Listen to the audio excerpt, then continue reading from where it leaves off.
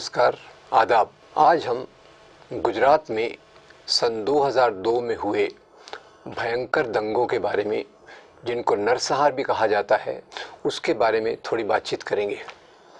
मैं आपको याद दिलाना चाहता हूँ, 27 फरवरी 2002 को गोधरा में साबरमती एक्सप्रेस के S6 कोच में आग लगी। अब इसके बारे में बहुत विवाद है, आग लगी या लगाई गई। बैनर्जी कमीशन कहता है कि आग एक एक्सीडेंटल फायर थी, ये एक आकस्मिक घटना थी, जबकि कुछ लोगों का मानना अलग प्रकार से है कि आग लगवाई गई। सरकार ने, जो मोदी उस समय मुख्यमंत्री थे, उन्होंने आरोप लगाया कि आग मुसलमानों द्वारा लगाई गई है। मोदी साहब ने यहाँ तक कहा कि आग स्थानीय मुसलमान, पाकिस्तान का ISIS और अंतर्राष्ट्रीय आतंकवाद की साजिश का एक परिणाम है। अब ये बात जब उन्होंने कही, और उसी के साथ एक बहुत सारी ऐसी घटनाएं हुई जिससे दंगों के होने में मदद मिली। पहली घटना ये हुई जो संजीव भट्ट बताते हैं। संजीव भट्ट आजकल शायद सस्पेंशन में है। संजीव भट्ट शायद उन्हें सस्पेंड कर दिया गया है, और उन्होंने एक बयान दिया था कि 27 फरवरी की शाम को मुख्यमंत्री नरेंद्र मोदी ने बड़े ऑफिसर्स की एक मीटिंग बुलाई, जिसमें उन्होंने कहा कि गोधरा में मुसलमानों ने ट्रेन जलाई है, अब इसकी एक प्रतिक्रिया होगी और उस प्रतिक्रिया के समय हमें ये प्रतिक्रिया को होने देना है। इसी बात की पुष्टि जो citizens for justice and peace commission के एक ट्राइब्यूनल, जिसके अध्यक्ष सावंत साहब थे, उनमें एक दूसरे जस्टिस भी थे, जिन्होंने अपने बयान में कहा, इस बात की पुष्टि की कि मुख्यमंत्री के घर पे ये मीटिंग हुई थी, और ये बात जस्टिस सुरेश ने आउटलुक में दिए हुए एक अपने इंटरव्यू में बताई। खैर, तो 27 फरवरी को ये हुआ, और उसके बाद जो लाशें थी उनको VHP के नेतृत्व में एक जुलूस के रूप में गोधरा से अहमदाबाद लाया गया। इसी के साथ 28 फरवरी से VHP ने गुजरात बंद का ऐलान किया।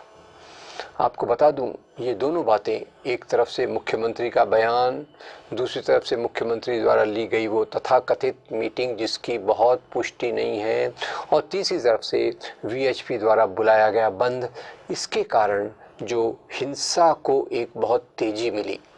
हिंसा धीरे धीरे बढ़ी और इसने एक बहुत भयंकर रूप अख्तियार कर लिया।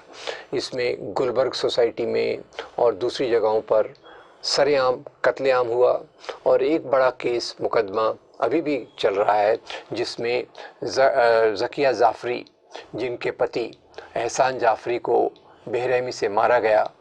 याद दिला दूं, एहसान जाफ़री ये एक मेंबर ऑफ पार्लियामेंट थे, जिनके घर को घेरा गया, और उनका घर कोई पुलिस के हेडक्वार्टर से ज़्यादा दूर नहीं था।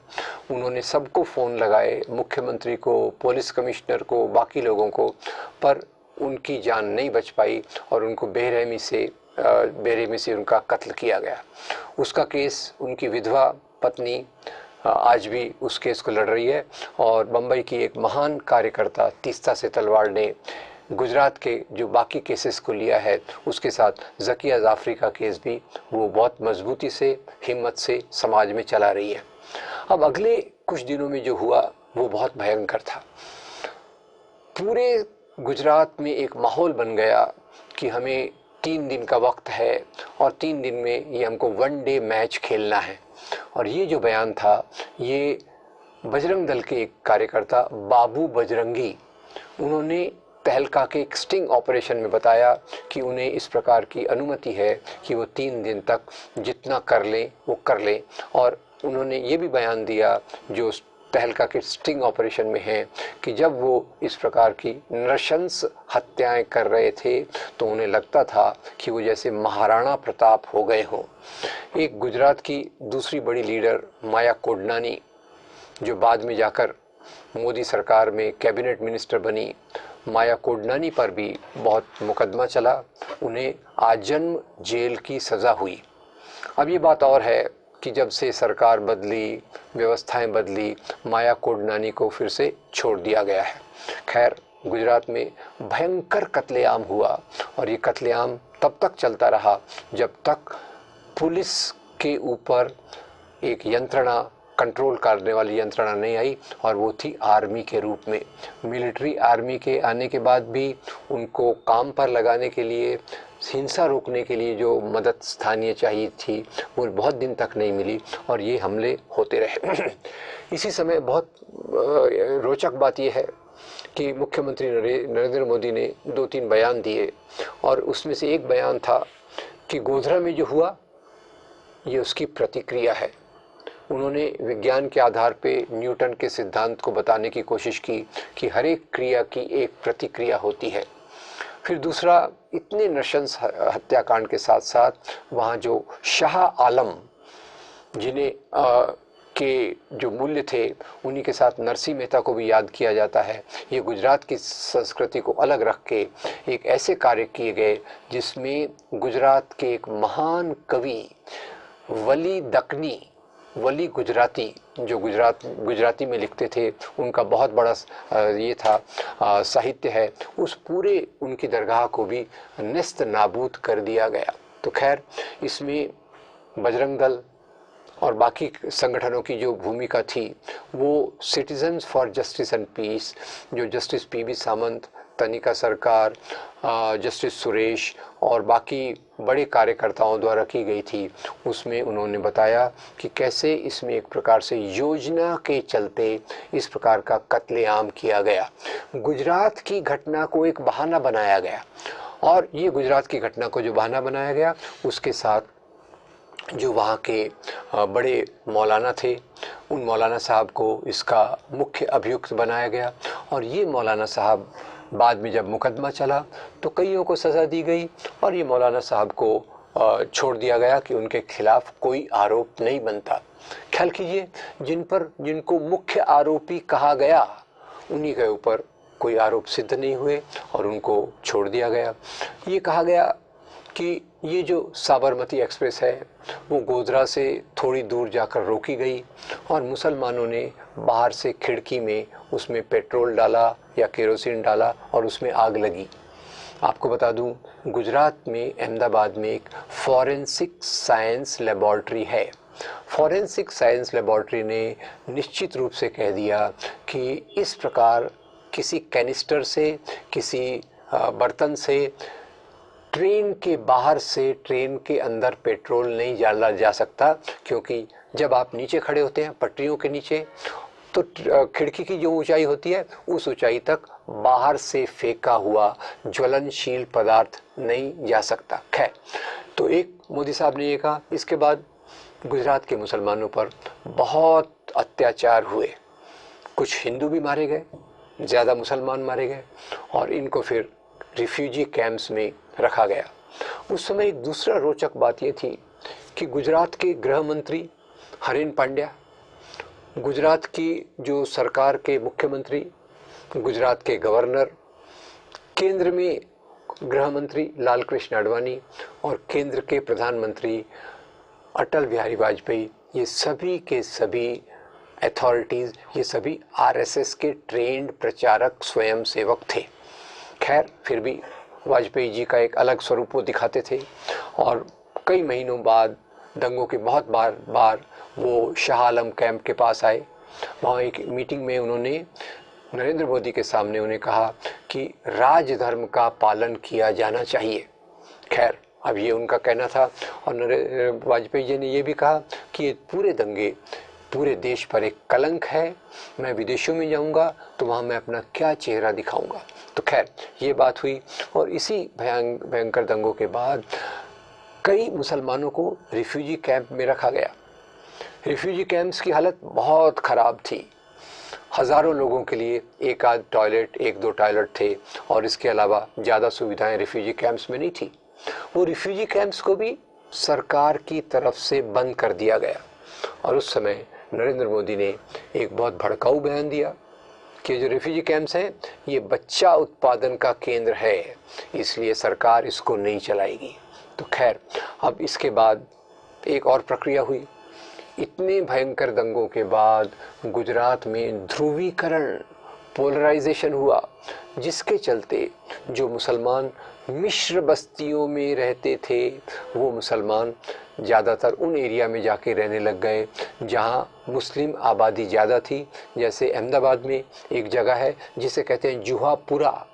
जुहापुरा में जगह जगह के मुसलमान आकर रहने लग गए और उनकी जो घर थे मिश्र बस्तियों में उन घरों को उनसे वहाँ उन्होंने अपने घर छोड़ दिए।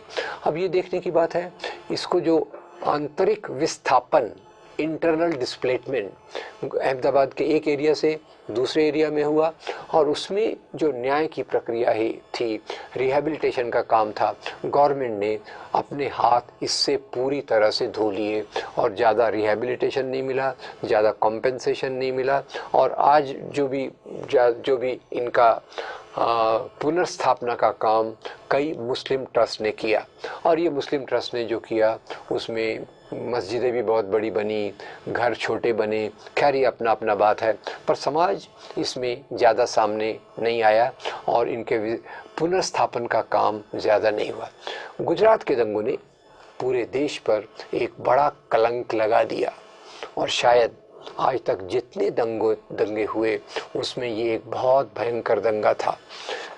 कई रिपोर्ट्स में, इंक्वायरी कमीशन रिपोर्ट्स जिनका संकलन आया है, वो इंक्वायरी कमीशन रिपोर्ट कई सिटीजन्स ने, नागरिकों ने, पत्रकारों के साथ मिलकर, न्याय व्यवस्था के साथ मिलकर इस घटना की जांच की और ये पता चला, उसमें सब रिपोर्ट्स में एक बात आती है कि ये दंगों के पीछे जहां एक तरफ सांप्रदायिक तत्व थे, दूसरी तरफ से इनकी मदद करने वाले, इनको अपना भयंकर काम करने देने में पुलिस का सहायता रही है, सरकारी प्रशासन की सहायता रही है।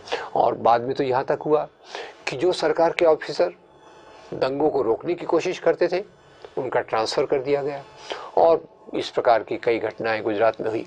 पर गुजरात में एक उम्मीद की नई किरण भी दिखी। वो नई किरण ये थी कि पहली बार कुछ सामाजिक संस्थाओं ने तय किया कि हम कोशिश करेंगे कि जिन पर अन्याय हुआ है उनको न्याय दिलाने की प्रक्रिया में हम शामिल हों। और इसमें मुख्य रूप से तीस्ता सेतलवाड़ का नाम आता है, जिन्होंने लगातार अपनी बहादुरी से गुजरात के दंगों में कई केसेस को लिया और उसके परिणाम स्वरूप कई लोगों को सजाएं भी हुई। याद रखिए, भारत में दंगों का लंबा इतिहास है पर दोषियों को सजा देने का इतिहास कम है। तो गुजरात में जहाँ एक तरफ ये नृशंस बारबैरिक हिंसा ने अपना एक बड़ा भयंकर रूप अख्तियार किया, उसी के साथ सामाजिक कार्यकर्ताओं ने भी अपनी कमर कस ली कि हम यहाँ रिहैबिलिटेशन के काम में, पुनर्स्थापन के काम में, न्याय दिलाने के काम में अपनी एक भूमिका अदा करेंगे। और उस लिए भी मेरे ख्याल से गुजरात के दंगे भारत के इतिहास में दो प्रकार का लैंडमार्क हैं। एक लैंडमार्क कि जब पूरी राज्य व्यवस्था सांप्रदायिक ताकतों के साथ खड़ी होकर दंगों को होने देती है तो उसका परिणाम कितना भयंकर होता है।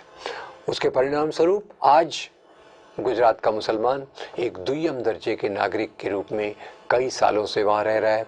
जुहापुरा जैसे एरिया, उन एरियाज़ में जो सामान्य नागरिक सुविधाएं हैं वो बहुत दिनों तक नहीं गई, जैसे बस का रूट हो, बैंक की ब्रांचेस हो, क्रेडिट कार्ड के सेंटर हो, वो उस एरिया में नहीं जा पाए। और दूसरी तरफ जैसे मैं बताऊं, उस बात को दोहराना चाहूँगा कि आशा की किरण ये दिखी कि नागरिकों को लगा कि न्याय व्यवस्था को केवल सरकार के आधार पर छोड़ा नहीं जा सकता। हमें इस संविधान में जितनी जगह है उसका उपयोग करके जो लोगों पे अत्याचार हुआ है उनको न्याय दिलाने की प्रक्रिया में जुड़ना चाहिए। ये काम बहुत मुश्किल है पर ये काम करने के लिए भी बहुत महत्वपूर्ण कोशिशें हुई है। तो खैर, मैं अपनी बात को यहाँ समाप्त करूँगा कि गुजरात के दंगे इस देश के इतिहास में हमेशा कई चीज़ों के लिए याद रखे जाएंगे। और उसमें सबसे बड़ी बात यह है कि सांप्रदायिक ताकतों को जब पूरा सरकारी संरक्षण मिलता है, जब सरकारी यंत्रणा उनके साथ मिलती है, तो अल्पसंख्यकों पर कितना अत्याचार हो सकता है, ये उसका एक उच्चतम बिंदु है। गुजरात के दंगों का एक तीसरा महत्वपूर्ण फीचर तथ्य ये था कि इस दंगों में जहाँ एक तरफ करीब अलग अलग उसके डेटा है, एक तरफ करीब 2000 लोग मारे गए, सरकारी आंकड़े कुछ 1000-1100 के करीब कहते हैं, उसमें मारे जाने वालों में 80% से ज़्यादा मुसलमान थे। उसी के साथ प्रॉपर्टी, संपत्ति का एक बहुत बड़ा नुकसान हुआ, जिसने मुस्लिम समाज के बड़े तबके की कमर तोड़ दी। अब इसका एक और परिणाम था जो दूरगामी था, और दूरगामी परिणाम ये था कि जो बीजेपी गुजरात में कमज़ोर हो चुकी थी, जिसकी सत्ता वापस में जीत कर आने का शक था, इन दंगों के बाद वो वहाँ पहले से ज़्यादा मजबूत होती गई। और इसमें क्या कारण था? इसमें प्रोपेगेंडा ये किया गया कि हिंदू, गुजरात का हिंदू, ये अल्पसंख्यक मुसलमानों के कारण असुरक्षित है और उसको बचाने के लिए केवल एक ही पार्टी आ सकती है, जिसका नाम है भारतीय जनता पार्टी। तो ज़्यादातर दंगों का ये परिणाम जो अध्ययन से पता चलता है कि दंगों के बाद ऐसी पार्टियां पहले से ज़्यादा शक्तिशाली होती हैं। और ये बात लगातार गुजरात में भी देखने को मिली कि इतने भयंकर नरसंहार के बाद भाजपा नरेंद्र मोदी की लीडरशिप में पहले से पावरफुल हो गई, मजबूत हो गई, और वो करीब 15 साल से उस प्रकार से वहाँ राज कर रही है।